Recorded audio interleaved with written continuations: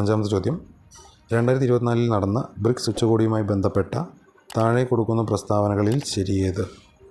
1. 16ാം ഉച്ചകോടിയാണ് കസാനിൽ നടന്നത്. 2. കസാൻ സ്ഥിതി ചെയ്യുന്നത് ചൈനയിലാണ്. 3.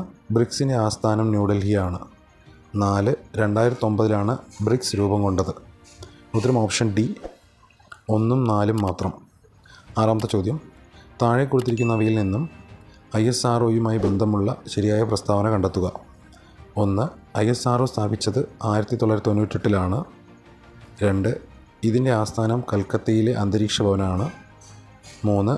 ഇതിൻ്റെ ആദ്യത്തെ ചെയർമാൻ വിക്രം സാരാഭായ് ആയിരുന്നു. 4. വിക്രം സാരാഭായ് സ്പേസ് സെൻറ്റർ തിരുവനന്തപുരത്ത് സ്ഥിതി ചെയ്യുന്നു.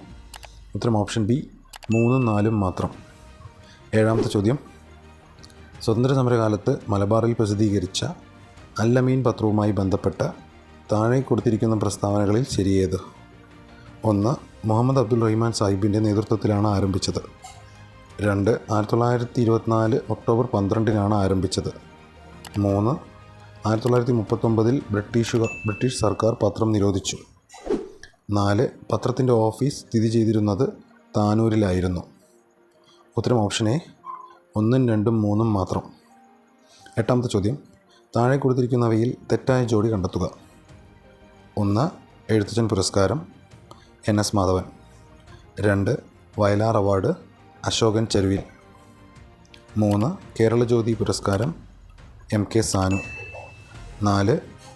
ഓടക്കുഴൽ അവാർഡ് D വിനയചന്ദ്രൻ. ഉത്തരം ഓപ്ഷൻ ഡി 4 മാത്രം. ഒമ്പതാമത്തെ ചോദ്യം താഴെ കൊടുത്തിരിക്കുന്ന സംഭവങ്ങളുടെ ശരിയായ കാലഗണനാക്രമം ഏത്? 1.